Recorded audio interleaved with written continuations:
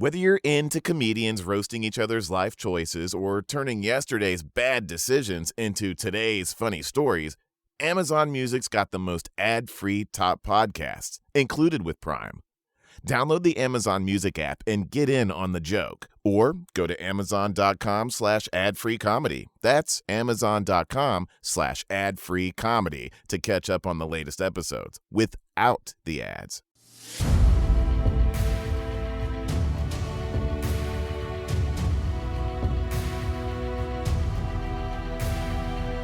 Welcome back to the Dr. Phil podcast, and today it's just you and me. I don't have a guest here because you're the guest. I'm talking about you. I'm talking about your family. And you've heard me say that the strength of any society, the strength of our entire country, the backbone is the family unit. I'm talking about your family. I'm not talking about families in general. I'm talking about your family. And I can tell you right up front that I'm going to be asking you some questions, and I'm going to be inviting you to ask me some questions. You're going to hear me say some things today, and this is part of a series. And I'm going to tell you why it's a series. I'm going to tell you why I want you to be asking me some questions. This is a conversation. I don't want to be talking at you. I want to be talking with you. Now, a lot of you have been really interested in the things that I've been talking about.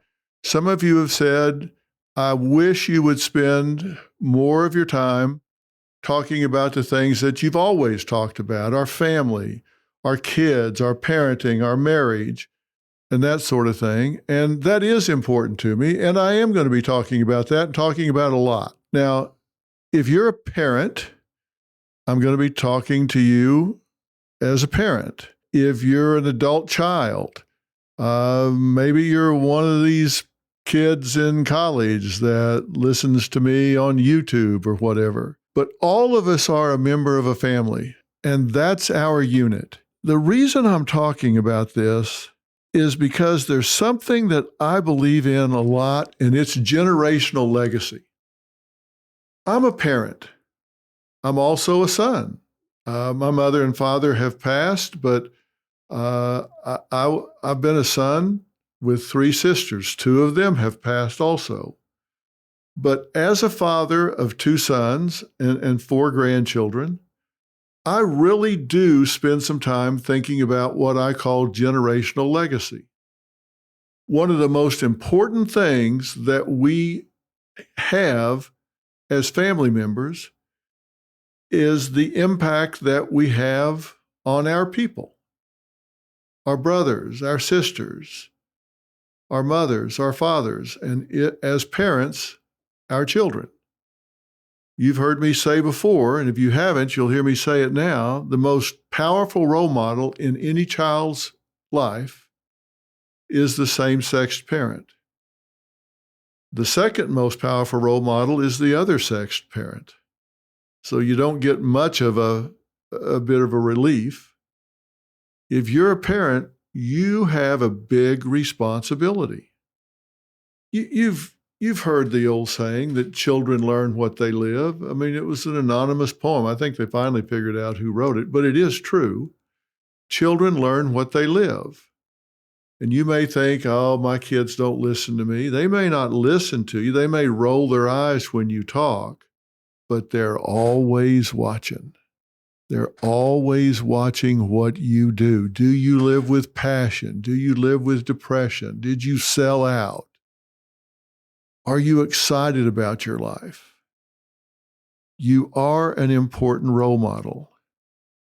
And, you know, we wake up and we do what we do in our family. And if we want to change what we do, we have to do it on purpose. We have to change the trajectory of our family. If we change it, we have to put it on what I call project status. Now, what do I mean by that? Let's say you decide you got to paint your garage. You want to get it painted.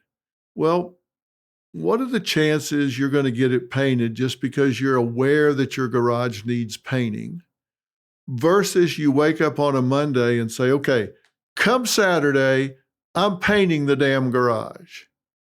And I got to make some plans to do that. You've put it now on project status. Like Monday or Tuesday, you're going to figure out what color you want it painted. Wednesday or Thursday, you're going to get the paint, you're going to get the rollers, you're going to get the brushes. Friday, you're going to get everything out of that garage. And Saturday morning, you've cleared your deck and you're going to get in there and you're going to paint that. That's what I call putting something on project status. When you make a plan, you set a timeline, you identify the steps necessary to get it done, and then you start executing. That's what's going to happen if you want to change the trajectory of your family. Maybe you want to change it, maybe you don't. I don't know. You may think your family is great, and if it is, congratulations. I'm not saying that sarcastically. I mean, seriously, if you love the way your family works, you love the communication, you love the direction, you love the trajectory, congratulations. Preserve that, relish in that. But if there are things you want to change, you've got to put it on project status.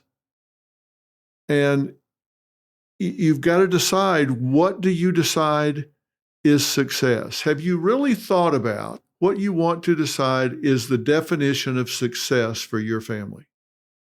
I can tell you, I grew up in a broken family.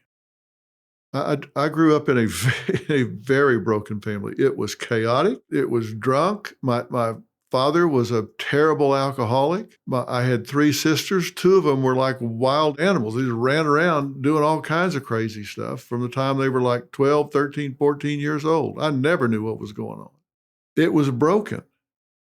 And I never knew if the utilities were going to be on. I never knew if the car was going to be repossessed. I never knew if the windows were going to be kicked out of the house when I got home. I never knew what was going to be going on. It was a broken family. That was not my definition of success. I knew when I got to have my own family, it was not going to be that way. I made that decision. How about you? What kind of generational legacy are you creating for your current family? You have to decide, what from the family I grew up in do I want to carry forward? And what from the family I grew up in do I want to leave behind? Because you get to make that choice, but you have to do it on project status. You know, we have something that you've heard me talk about a lot called self-worth. When you decide what's your worth, what do you deserve? What do you think you're entitled to in this life? What do you think you're worth? But there's also something called family worth. I can remember times in my life when I was growing up where I saw people that were happy and they seemed successful, they seemed to have joy, they seemed to have happiness. And I looked at that and thought, you know, that's great, but that's for them. That's not for us. That may be who they are, but that's not who we are. That's not what we deserve. That's not what we'll have. That's not what we will live. That's what I mean when I say we were broken. And the important thing about that is whatever you believe you deserve is what you'll generate for yourself in your life, personally and for your family. If you believe you're a broken family, if you believe you're second class, you will generate results that broken second class people generally wind up with. And that's how we lived a lot of my life growing up. My family was so broken that I went in and out my bedroom window instead of going through the house to exit through the door because I didn't want to go through all of that chaos. I didn't want to bring that forward. I didn't want that to be the generational legacy that I carried forward to my current family. I said my dad was an alcoholic, so I made a life decision. Life decisions are those things that you make one time and you don't ever have to revisit again. You just made that decision and you don't ever have to go back and debate that with yourself again. I made the decision I'm not going to drink in my life. And so I haven't had a drink in over 50 years, probably 60 years. I just made a life decision. I'm not going to do that. I'm not going to introduce that in my life. I'm not going to introduce that in my family's life. Are you settling for things you don't want in your family? You have to make that decision. And there's an old saying in Texas, sometimes you got to rise above your raisin. Maybe you were raised at this level. You want to rise above that. You want to rise above your raisin. What do you want them to say about you when you're gone? There's an old saying that you always hear people say, my dad used to say, or my dad used to do this, my mom used to say, or my grandmother used to say. What do you want them saying about you when you're gone? Think about that. You've heard me say it before. Real change starts with real understanding, and that's why I've had Dr. Daniel Amen on my show many times over the years. At Amen Clinics, they do something different. They look at your brain. With nearly 300,000 brain scans from patients in over 155 countries, they take the guesswork out of mental health care. Anxiety, depression, trauma, memory issues. If you're struggling, it's time for answers.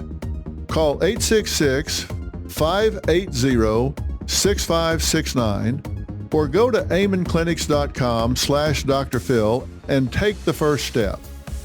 Call 866-580-6569 or go to amenclinics.com/Dr. Phil.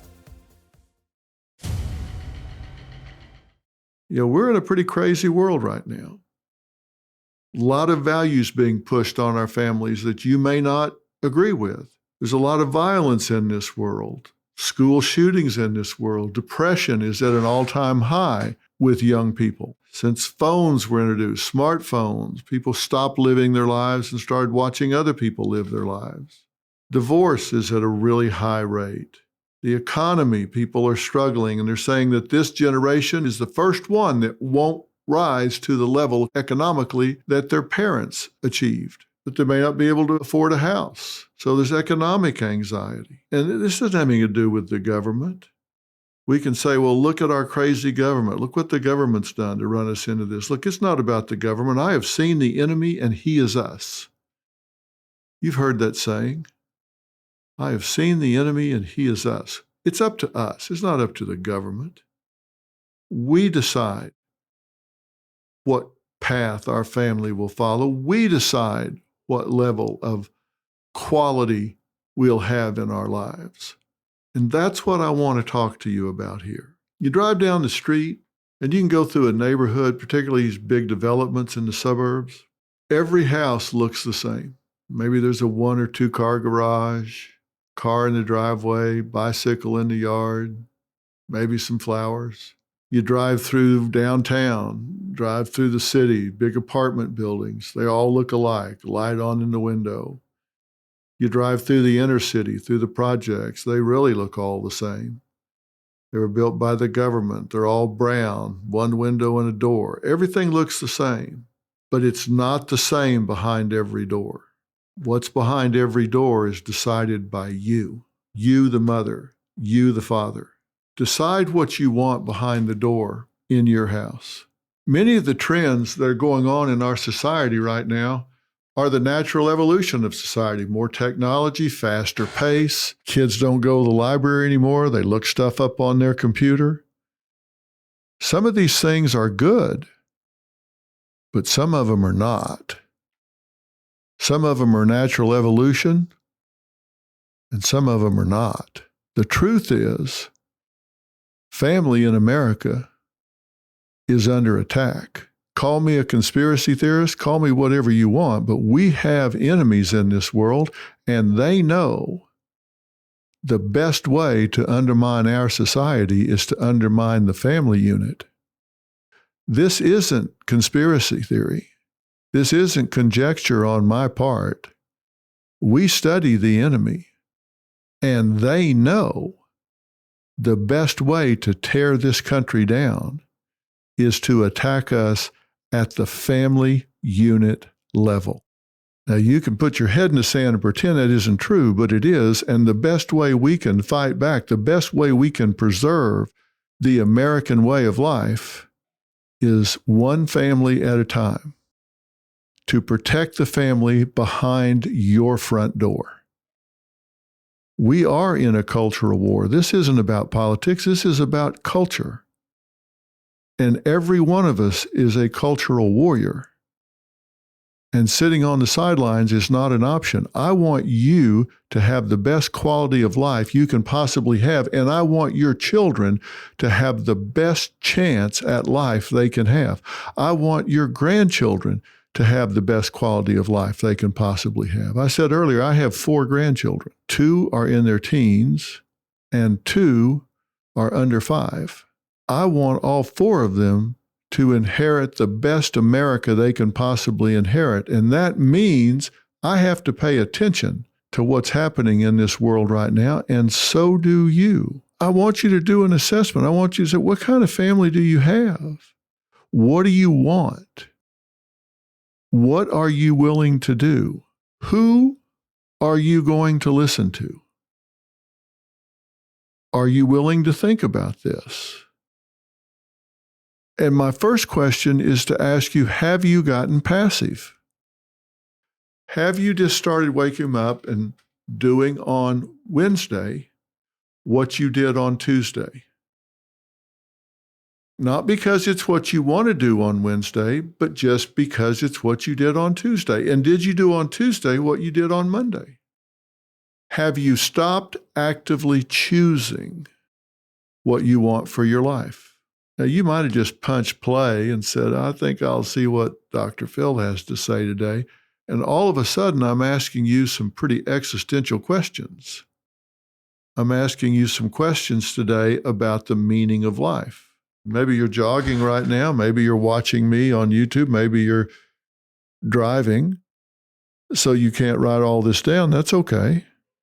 You get the spirit of what I'm saying. What have you got? What do you want? What are you willing to do? Who are you willing to listen to? Are you willing to listen to people that are just making up new realities? Or are you willing to stay with traditional values like science and history and math? 100 years ago, 2 + 2 = 4. It still does. 100 years ago, there were boys and girls. There still are. I'm just asking you, who are you willing to listen to? And the first thing I wanted you to ask yourself is, are the people you're listening to making common sense? Or are they pushing toxic ideologies? Who's talking to your children? I bet you've heard me say 100 times, you're not the only voice in your child's ear, so you need to make sure you're the best voice in your child's ear. And that's really important. If you're a grandparent and you have grown children that have started their own family, you never get through parenting. You may want to call your grown children and say, hey, Dr. Phil had a podcast today about families. You should listen to it. Because we don't want to get passive. We don't want to get lazy. We need to be consciously choosing what we want for our families. If we remain silent or even quietly submissive, we sacrifice not only our children's future, but also the future of this country. We have to be active. We have to actively choose. If we turn this over to those that we don't necessarily agree with or actively disagree with, this whole experiment called America can go way off the rails. Are the teachers teaching what you want them to teach? Are the doctors doing what you want them to do? This country was built on the idea of meritocracy. Remember how when you were growing up, you got an allowance if you did your work? If you mowed the grass, you got an allowance. If you cleaned your room, maybe you got an allowance. If you did your chores, if you fed the dog, if you cleaned the garage, you did whatever. I didn't get an allowance when I was growing up. I worked. I threw a paper route and I did other things, but that money came home and went into a bowl on the kitchen table to pay those utilities. I never knew whether they were going to be turned on or not, but still, it was a meritocracy. We contributed. If you did well, you had things you wouldn't have if you didn't do well. That's the way this country was built, right? We seem to be getting away from that. We barely arrest criminals anymore. Now we feel like, well, the system failed the criminals. We need to be nice to them. We need to make it up to them. Yeah, there may be some truth that we need to help in rehabilitating them, but when you've got a violent criminal, we need to take them off the streets. We've always respected facts and science and embraced the truth. Not so much anymore. Now we kind of just make things up, or some people do. We used to know what we meant when we said something. We said what we meant what we said, but not so much. Now we're questioning everything. I hear some of this stuff, and I'm like, wait, what the hell's the matter? Are you people nuts? Ask yourself, who's talking to your kids? Have you gotten so passive that you just shake your head and say, oh, what's this world coming to? It's coming to whatever you allow it to come to as it relates to your family. And I want you to think about that. Homeowners, when's the last time you checked on your home title? If your answer is never, then this is for you. Scammers are stealing titles and your equity is the target. Criminals forge your signature, and just like that, your home title can be transferred out of your name. That's why I partnered with Home Title Lock, so you can find out today if you're already a victim. Use my promo code Phil at HometitleLock.com and you'll get a free title history report. Plus, you'll get a free trial of their $1 million triple lock protection. That's 24/7 monitoring of your title. Urgent alerts to any changes, and if fraud does happen, they'll spend up to $1 million to fix it. That's HometitleLock.com, promo code Phil. I've seen it all, from folks stuck in toxic relationships to people whose houses look like a tornado went through a craft store. But there's one problem I see plaguing America, and it ain't on the couch. It is the couch. Hideline offers customizable leather options so you can pick the color that fits your style. They've got specialized hybrid foam and pocketed coil cushion systems to help you sit comfortably for hours. For a limited time, you can get 10% off store-wide and free shipping with code Dr. Phil 10 at hideline.com. These people that are pushing these new and toxic ideologies, they all have three things in common. They want to make you feel guilty, they want to undermine the strength of your family, and they want to create a new class of victims, because everything is oppressor and oppressed. And look, you're not ever going to whine your way to success. There's no payoff for being a victim. Some facts of life you learn only through experience. And some lessons you can only teach yourself. And that's what I want you focused on with your family. Look, I'm not the repository of all knowledge. I don't have all the answers, but I do look stuff up a lot. I do a lot of research. I do look at human functioning as my primary focus in life. I have focused on why people do what they do and don't do what they don't do. And that's a pretty good way to approach life. Why is that person doing that? Or why is that person not doing what they're not doing? Think about that for a minute. If you understand motivation, if you understand why your child won't potty train, if you understand why they pee in their pants every time you and your spouse are getting ready to go out for the evening, maybe they held it all day, but when you get ready to go out, they stand there by the front door and pee in their pants? Come on, that's not an accident. One of the few things children control is what they take in and what they put out. That's the power they have when they're small. They can decide whether they eat something or not, and they can decide whether they put out or not? Do they pee and poop, and will they eat? And when? That's power. If you're all dressed up in a really nice outfit, and you're getting ready to go out, Mom, and all of a sudden they decide it's time, they stop you. They stop you right there. That's power. I'm just saying, start to ask yourself why people do what they do and don't do what they don't do. That's very important. And it will really help you understand some things. And I really learned this because I grew up poor, where intentions don't make a whole lot of difference. Results make a whole lot of difference.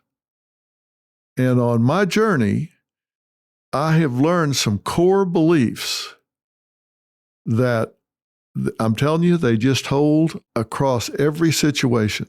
And one of the things I've learned is that this is a great country where hard work can really pay off. I don't care what it is, whatever your occupation is, this is a country where hard work can still pay off. Victimhood is a wasted mindset. You can become dependent on the government if you want to, but then you're dependent on the government. Misery is not a strategy. You can get miserable. You can whine, you can moan, you can bellyache. That is not a strategy for getting along in life. Think about it for a minute. And I mean this seriously. Think about the most miserable person you know in your circle, your family or your friends. You've got somebody that complains all the damn time. They whine, they moan, they bitch all the time. You got them in mind?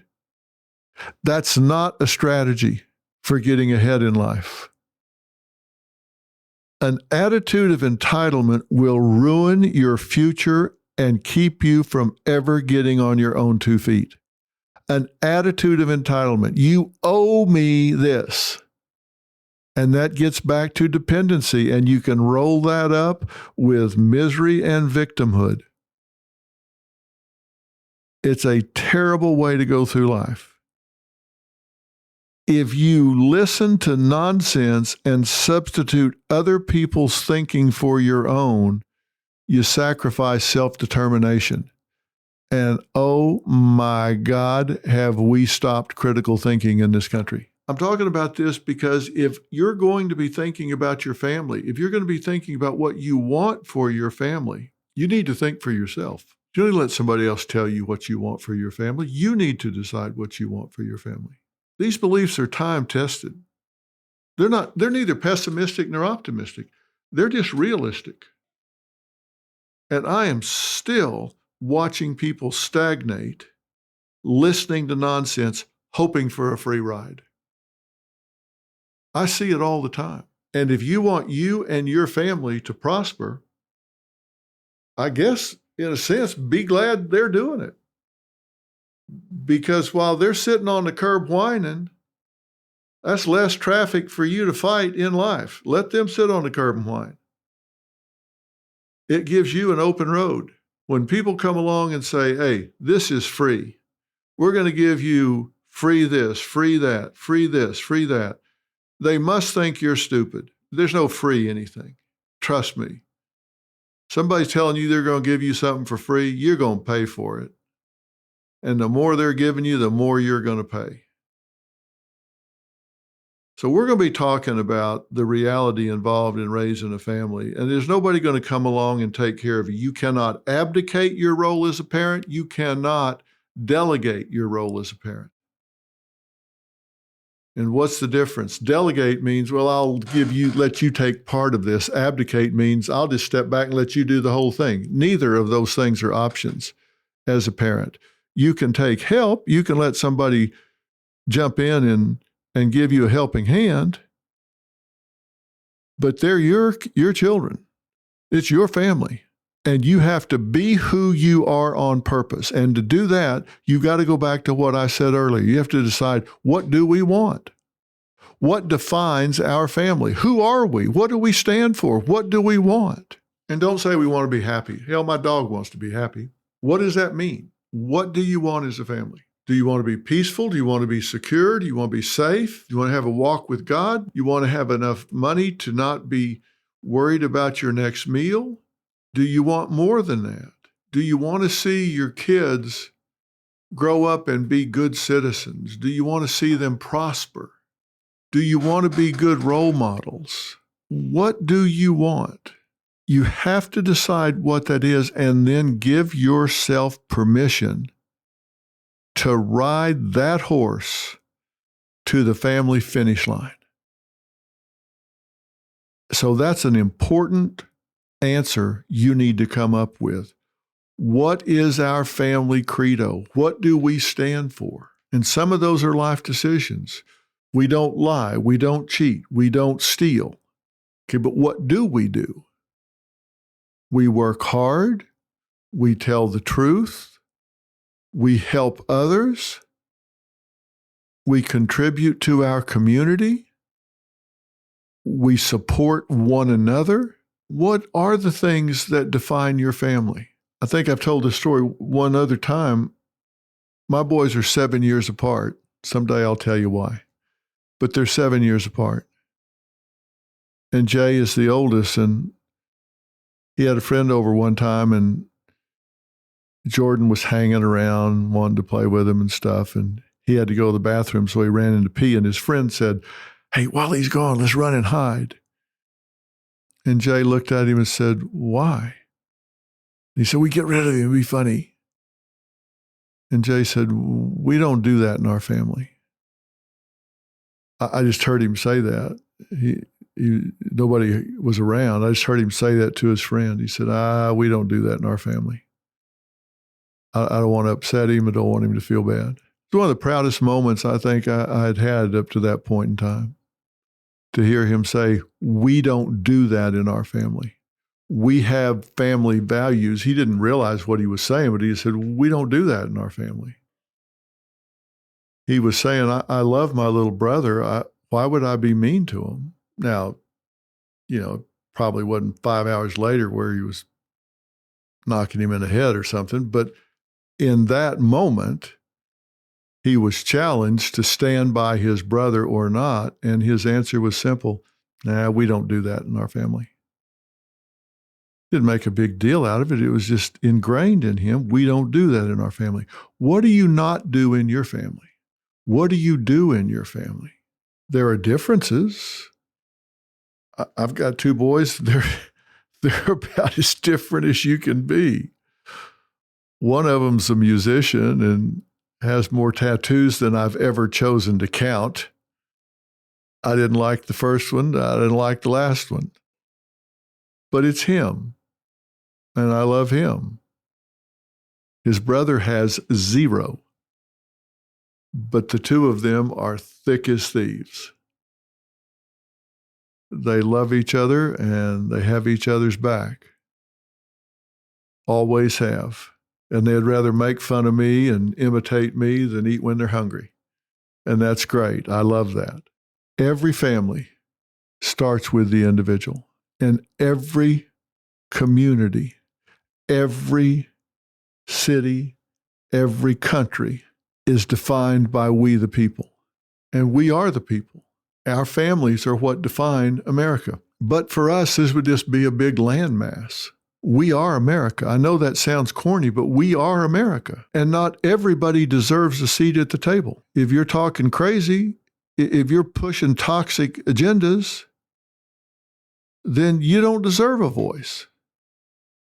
I mean, we have First Amendment. You can say whatever you want, but if you're talking to my family, you need to be talking sense. You need to be talking facts. You need to be talking science. You need to be talking and have a willingness to defend what you have to say. And a heckler's veto doesn't work. I mean, now we've got a generation where if somebody comes to a university campus and people don't like what they're saying, they just boo them off stage or demonstrate them away, don't want to hear what they have to say. Well, let me tell you, that's not okay. And we all have biases. My bias is I love this country. Do you? Ask yourself that question. Do you love this country? Do I think this country is perfect? No, I don't think this country is perfect, but I love this country. I love what it offers. I love what it's offered me. I love what it's offered my family and most everybody I've ever known. Does it offer the same thing to everybody? No, it doesn't. And that's a problem. And we need to work on that. We need to work on equality of opportunity. We need to try to level that playing field. That's really important. But you need to decide if you love this country and if you want to work within this country. I don't want you to look back and wish you had been proactive in defining your family. I don't want you to look back and wish you had been proactive in writing on the slate of who your children are. I can't tell you, I've been in this profession for over 45 years. I can't tell you how many times I have had parents sitting in front of me in my office or on stage with a heroin addict son or daughter, or a criminal son or daughter, someone that has really gone off the rails, wishing that they had taken a more proactive role in their life, wishing they had worked less and parented more, wishing that they had held them to account more and indulged them less, wishing they had given them less money and more love, as they sat there addicted to drugs or headed to jail for a crime because they did not write on the slate of who they were. They did not weigh in on that young man or young woman. How about you? And here's some good news. It is never, ever, never too late. Sometimes we parent, sometimes we reparent. But I am appealing to you to recognize that this is a full-time job. Both of my boys are grown. Robin and I raised them up, and we were very active. Both of them are now married, have careers, and have their own children. So we go, whew, through parenting. No. You never get through parenting. You just do it long distance. If they live in a different town or they've moved on to a different stage of life, you never get through having input. I've talked to both of my boys today. Robin has talked to both of them today. One of our boys' wives just lost her brother. He passed away very unexpectedly. And let me tell you, my son was calling saying, whoa, Dad, what do I say? I don't know. I feel helpless. I want to make this okay, and I don't know how. She lost her dad within the last 2 years. Now she's lost her brother. Her mother is just inconsolable. I'm doing everything I know how to do. My response was, be who you are. That's enough. Be who you are. I'm asking you, if you're engaged, to do so with purpose. If you're not as engaged as you want to be, then re-engage.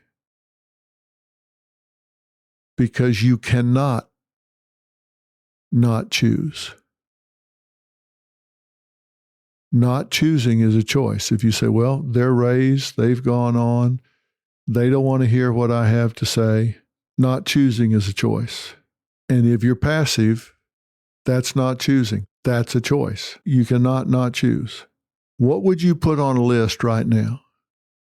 If you said, I'm going to list 7 things that I need to do to make my family more functional, 7 things that I can do right now to make my family healthier, more cohesive, more successful, any of the things that you would put on your list of family values, what would those 7 things be? I want to hear from you what they are.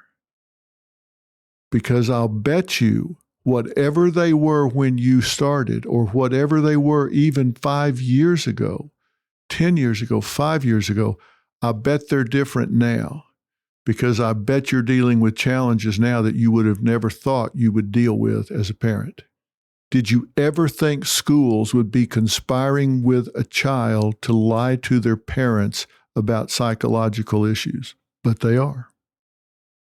Did you ever think a school board would support that? Well, no, but they are. Did you ever think that America would be sliding down the scale and not preparing your child for life? But yet that's happening. You know, we hear people chanting, "We're number one, we're number one." Well, are we? In 2022, math and reading scores for 13-year-olds had dropped 9 and 4 points, respectively. Math scores showed the biggest drop in 50 years. Our educational system is collapsing around our ears. U.S. history scores are terrible. The harsh truth is that they're the lowest level ever recorded. And it's not because of the teachers. There's interference coming from teachers' unions. They're trying to get people to be social justice warriors. That's not what we're sending our kids to school for. Hell, we've got people defending shoplifters, saying, hey, they're entitled to what they're taking. It's theirs. They're not getting paid enough. So it's okay if they steal things. Are you kidding me? So whatever you would have written down 5 or 10 years ago, the challenges are different now. We need to make sure our children are prepared for the next level of life. We've got educators and academic historians that are misrepresenting to your children what's transpired in this country's past. They're tearing down statues. They're changing school names to hide the behavior that's gone on in the past because somebody may have done some things in the past that were okay then, but not now. How do you learn from mistakes if you don't acknowledge that they were made 200 years ago? So what are we going to do about that? And since you cannot not choose, what are you going to choose? What choices are you going to make? That's why I say this is not about the government. This is about us. And you can't be intimidated by cancel culture. This is your family. Nobody else pays your rent. Nobody else buys your groceries. This is about you and your family and the hell with all the rest of them. You have to decide what's right for you and your family. This cancel culture that we're in now where you're guilty by accusation is just nuts. Cancel culture's gone so far now, they're canceling each other. Let them worry about that. You do what's right for your family. You've got to prepare them for life, for society, culture, being able to get out there and make their own way in this world. That's what's important. And we have to do this together. You have to support the other families in your child's school, in your church, in your neighborhood. We have to stop this trend of families in America being eroded. Do I think I have a big enough voice to stop this? Not even almost, but we do.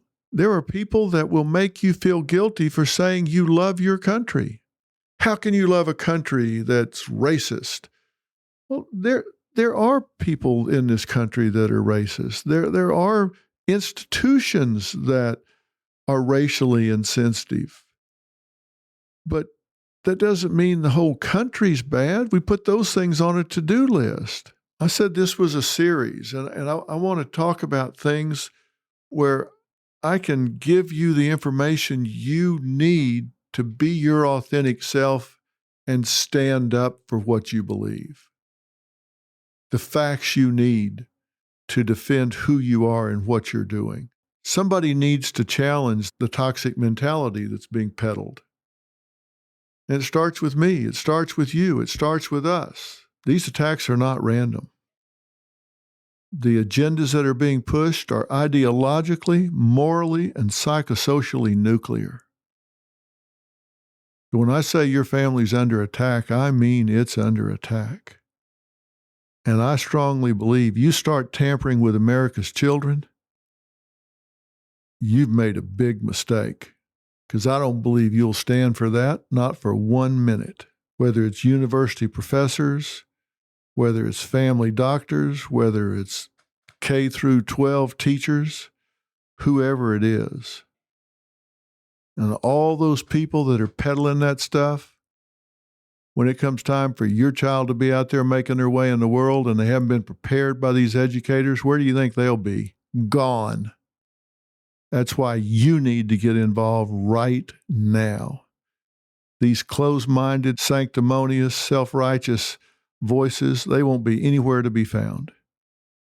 And that's okay, because you're the one that runs your family. You're the one that decides what you're entitled to. I just want to draw your attention to it, because I want to be talking about what you can do, what you need to do to make a big difference. It's your family, and you're responsible for it. There's a reason that depression, anxiety, and loneliness is at the highest level it's ever been among young people. Not much better about it among adults. Let's change that. The number one need in all people is acceptance and belongingness. What better than to feel like you are accepted and belong to a family? It starts at home. It starts at home. And if you put it on project status, you can change this, and you can change it right now. And that's what I think is important. I don't want you, and I don't want your family being depressed, anxious, lonely, or lacking in self-esteem or family esteem. I want you living to what you deserve. I want you living with dignity and self-respect. I want you modeling for your children what you want them to feel about themselves, reaching for what they deserve. I want you to be role modeling for them exactly what you believe that your family should have in this life. I want you to learn to say no to toxic ideology. I want you to say yes to facts and vision. And I want you to lead by example. If you're a grandparent with adult children, then do it for them. If you are a parent with children at school level, do it for them. We do this one family at a time. And if we start a zeitgeist in this country of reclaiming families and reclaiming dignity and reclaiming pride in our families, then we're reclaiming pride in America. And that's where it starts. It starts with the family. And I'm hoping you'll come back for the next time we meet, because I'm going to be talking about this again. Be sure and click the subscribe button down below. Be sure and click follow down below, and tell everybody you know what we're talking about. If you want Vintage Dr. Phil, you're finding it right here, right now. I'll see you next time.